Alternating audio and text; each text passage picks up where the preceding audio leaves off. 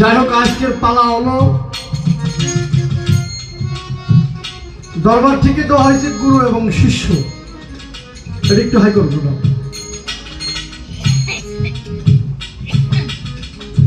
তো বাংলাদেশের বর্তমানে প্রজন্মে কুখ্যাত গায়ক মানিকগঞ্জের ফারুক সরকার ধারাবাহিকে রাখা হয়েছে শিষ্যের ভূমিকায়। আমি অদম সেলিম সরকার সাধনার সব ভজনের গোয়া গানের গোয়া কোনটাই আমার জানা নেই।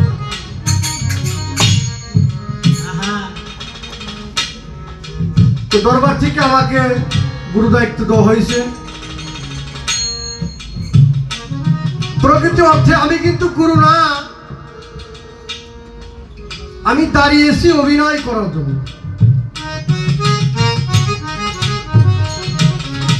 অর্থাৎ গুরুর ভূমিকায় থেকে দু চারটি কথা বা গান আপনাদেরকে শোনাবো। তো আমি যার তরণে আমার এই পাপ দেবতা অর্পণ করলাম। আমার বাজান হালিম গাজী আল সিস্তি নিজামী বাজান আমাদের মাঝে উপস্থিত। বাজানের কথার বক্তব্য সম্বন্ধ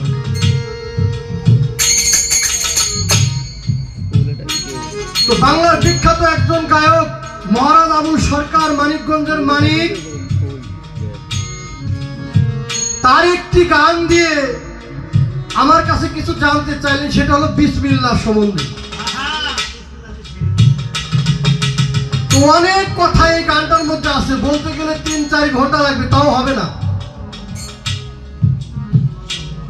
তবুও কিছু কথা বলতে হয়। পালা ক্ষেত্রে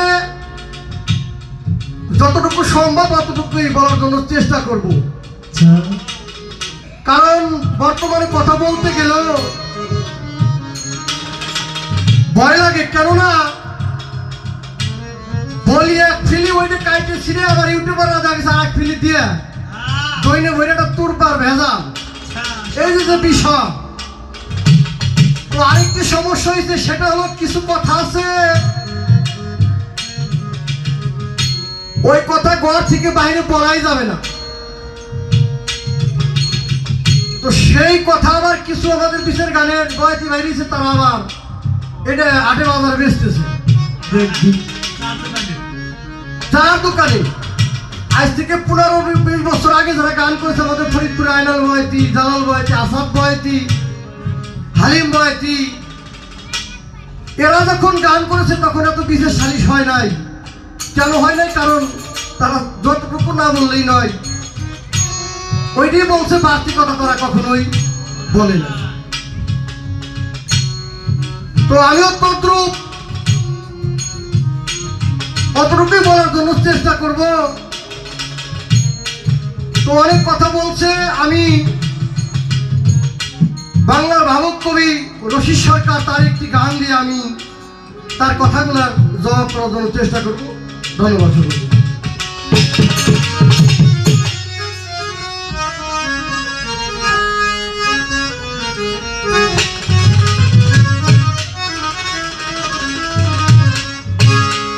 এই জেলার মধ্যে গঙ্গ যাতে বিসমিল্লাহরি সৃষ্টি হয়,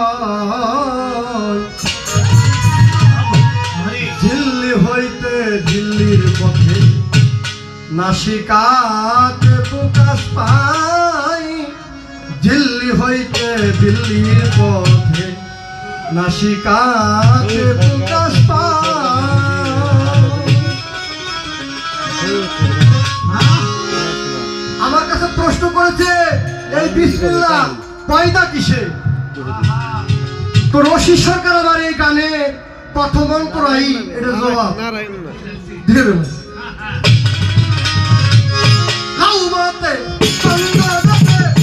বিসমিল্লাহরি পয়দা হয়,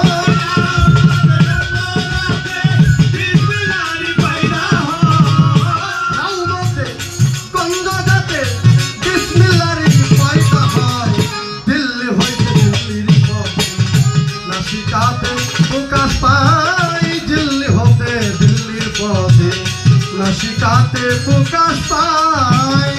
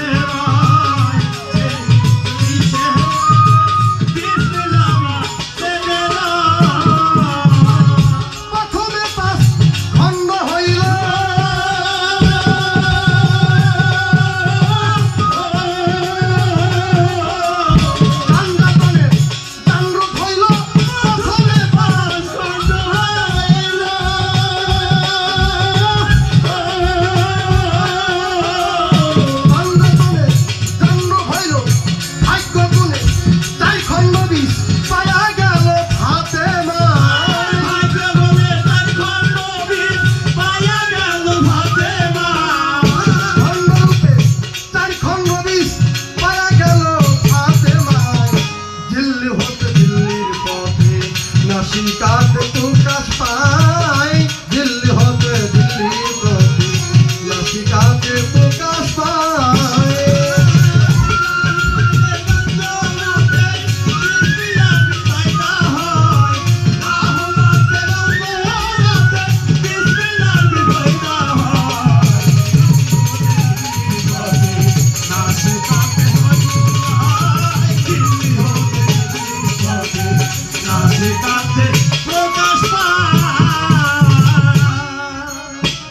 সাধক লিখলেন লাউ মতে গন্ধ হইতে। তাহলে বিসমিল্লাহ কোথায় ছিল? লাউ মতে গন্ধ হইতে নাসিকাতে প্রকাশ হয় দিল্লি হতে দিল্লির পথে তাহা নাসিকাতে প্রকাশ হয়। আহাত হইতে হয় দমের সৃষ্টি, দম হতে হয় নূরের সৃষ্টি, সেই নূরে মিশিয়া মন্দে বিসমিল্লাহ বাতেনে রহ।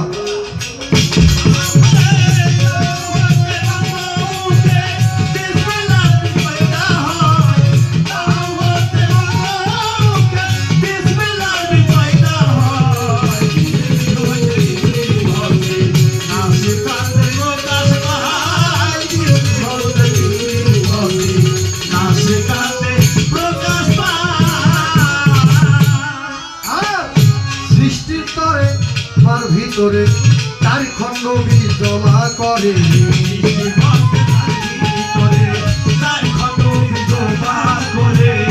সৃষ্টি করে আমার ভিতরে তার খণ্ড বীজ জমা করে এম কানে নভি করে জান শক্তি এস বাতের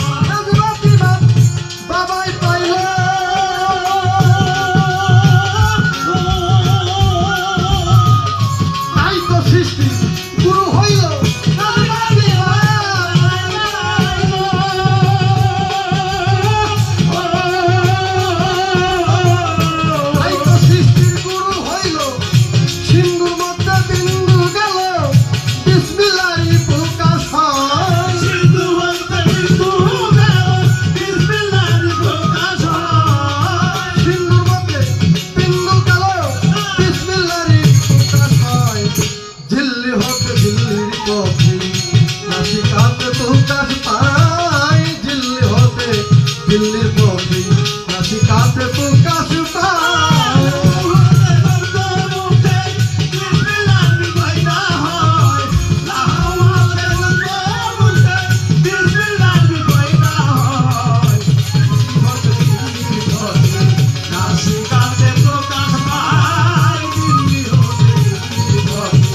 নাসিকাতে প্রকাশ পায়। সৃষ্টির তরে মায়ের ভিতরে চার খণ্ড বীজ জমা করে এম কানে নথি করে জাত শক্তি এস বাতে। এই যে বিসমিল্লাহ তোমরা গানের মধ্যে পাইলাম, এই বিসমিল্লাহ বিষ পয়দা কিসে? শুধু পয়দা হয়েছে তা না, এই ফসল কি? এই বিসমিল্লাহর যে ফসল এটা কয় ভাগে বিভক্ত? তার কথার মধ্যে পেলাম আমাদের জিজ্ঞা শরীফের আব্দুল আজিজ, উনি একটি গানের মধ্যে বলছেন এই বিসমিল্লাহর ফসল হলো তিনটে: পার্থ, পাথরি আর হলো জলি। একটা থেকে পুরুষ হয় আর এক থেকে নারী হয় আর একটা থেকে হিজড়ে হয়। এটা হলো বিসমিল্লাহর ফসল, যেটা বেশ সত্যি। উপার বাংলা বিখ্যাত একজন সাধক হালিম ভাই তৈরি লেখছে, যেই বিসমিল্লাহ হয় না ওজন দুনিয়া দিলে তামান, বিসমিল্লাহ বলিয়া মুখের জবান। আর রশি সরকার একটা কথা কইছিল যে আমার মা কত কিছু খাইলো, পৃথিবীর সমস্ত কিছু হজম করে ফেলাইছে, কিন্তু বাবার সামান্য একটু বেশ গেছে, তার খাইতে পারে না, নগদে উগরায় দেওয়া লাগছে। এই জন্য বিসমিল্লাহ হলো মহাশক্তি, যাহা কখনোই ধ্বংস হয় না।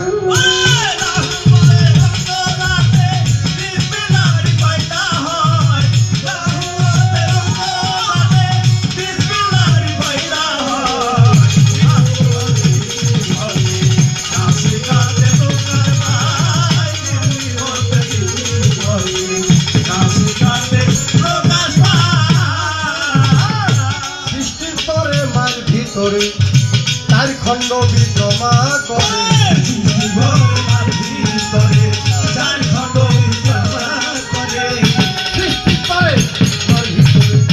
তার খণ্ড বিদ্রমা করে এম কানে নদী করে তার শক্তি বাতের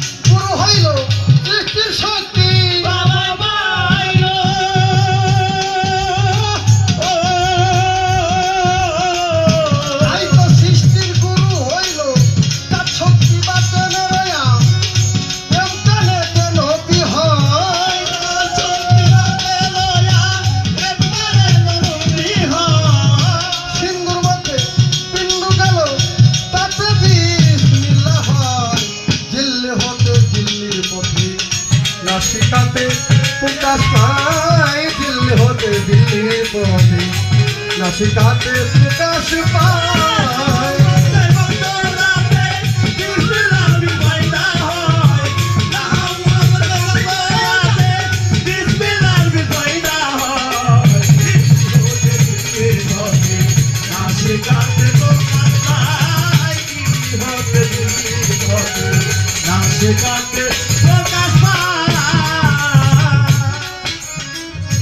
তার গানের মধ্যে পাইলাম এই বিসমিল্লাহ পুরুষ না নারী, কথাটা বলছে না তো। সাধক আবার দ্বিতীয় অন্ত রেখছে, সেই এজবাতি বা বাবাই পাইল, তাই তো সৃষ্টির গুরু হইল। তাহলে পুরুষ পরমার্থিকা বিশক্তি থাকে বাবার কাছে। এটা মহাপুরুষ যতক্ষণ পর্যন্ত আপনি হইতে পারবেন না, ততক্ষণ পর্যন্ত কখনোই বিসমিল্লাহর ভেদ আপনি বুঝবেন।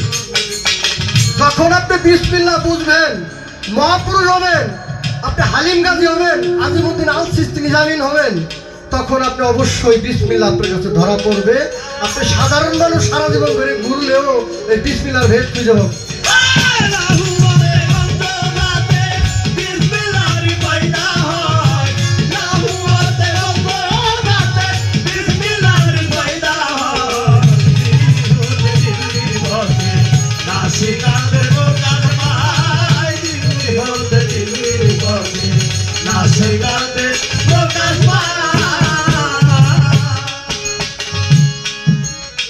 আরেকটি কথা বলছে, সেটা হলো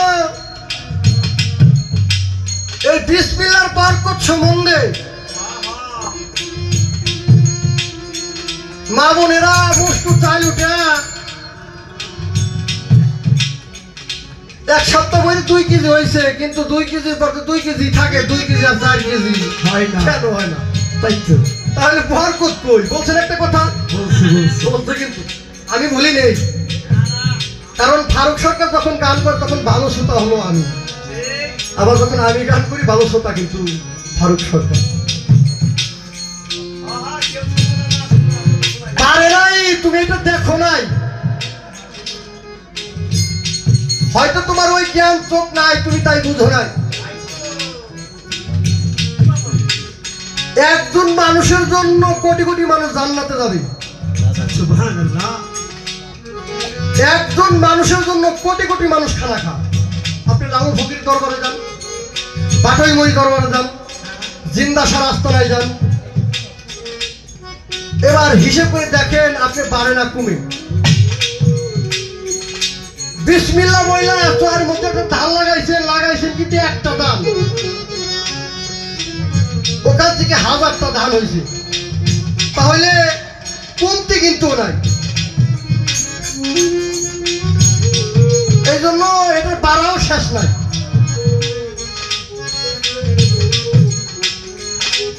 ওই যে এই তোমার দাদা গুরু মনে হয় ছোট বাবু সরকার, তাহলে মহারাজা বাবু সরকার, ওনার বাবাকে আমি একদিন দেখেছিলাম। তাহলে ভাই একবার দেখেছিলাম, মানুষটা খুব সুন্দর করে, কিন্তু ওই মানুষটার কোনো মানুষ চিনত না যদি ছোট বলে জন্মটা ওই ঘরে না হইতো। আমার বাবার নাম মেনাজউদ্দিন মীর। অনেক মানুষ এখন চিনে, কেন চিনে? এটা আমার গুণে ছিল। আমার মতো একটা সন্তান, আমার মতো একটা বিসমিল্লাহ উনি ধারণ করছিল বিধায় আমার থেকে অনেক মানুষ। এবার খেয়াল করে দেখো যে বাড়ে না কমে।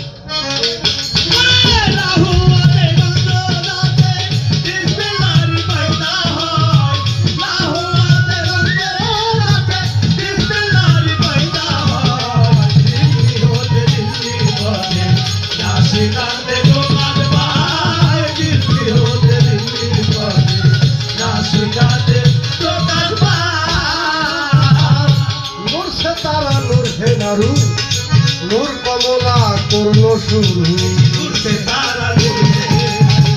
নূর কমলা করল শুরু, নূর হে নারু, নূর কমলা করল শুরু, নূর পদ্ম হয় বিশ্বগুরু, তারে মানুষ আল্লাহ নূর পদ্ম হয় বিশ্বগুরু,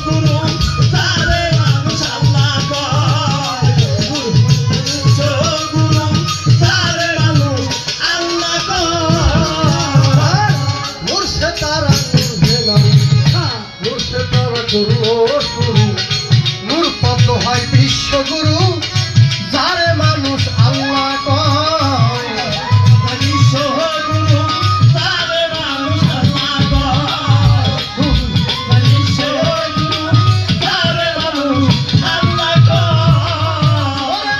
সব সৃষ্টি আল্লাহ আগে,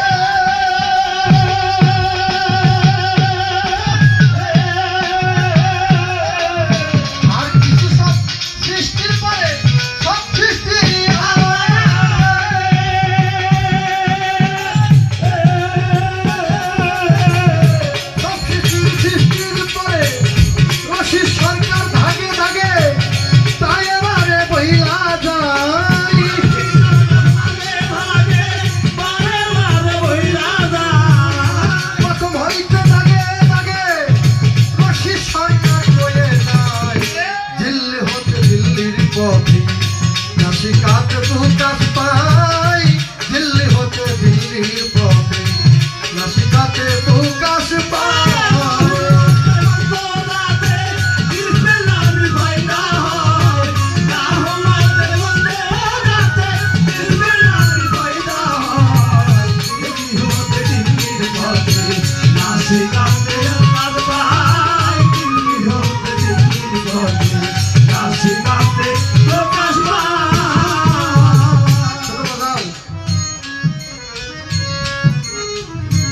গানের মধ্যে আরেকটা কথা পাইলাম, সেটা হলো এই বিসমিল্লাহর বীজ 10 খণ্ড। কেন গুরু খুলে বল। পৃথিবীর মধ্যে দিক হইল 10টা, আর এই মানব দেহের ইন্দ্রিয় হইল 10টা। এই জন্য আমার উস্তাদ আবুল সরকার গান লিখছে, 3 পাঠে বিসমিল্লাহ করা, হাত মুখার লিঙ্গু ধারা মানব দেহ 3 পাঠেতেই বলা। এই 10টি ইন্দ্রিয় প্রত্যেক ওলি আল্লাহর চালু, এটা কিন্তু সাধারণ মানুষের চালু না, সাধারণ মানুষের কিন্তু চালু না। কারণ আপনি একটা কথা শোনার ওলি আল্লাহ একটা কথা শোনা কিন্তু এক না। সাধারণ মানুষের শোনা আর আমাদের যে পশুর এটা যে জগৎ আছে একভাবেই শুনি, কিন্তু ওলি আল্লাহদের কথা ওইটা এক জিনিস না। এই জন্য তাহলে এই 10টা ইন্দ্রিয় যাদের ক্লিয়ার হয়েছে, বিসমিল্লাহর খণ্ড 10 খণ্ড তাদের কাছে অবশ্যই আছে।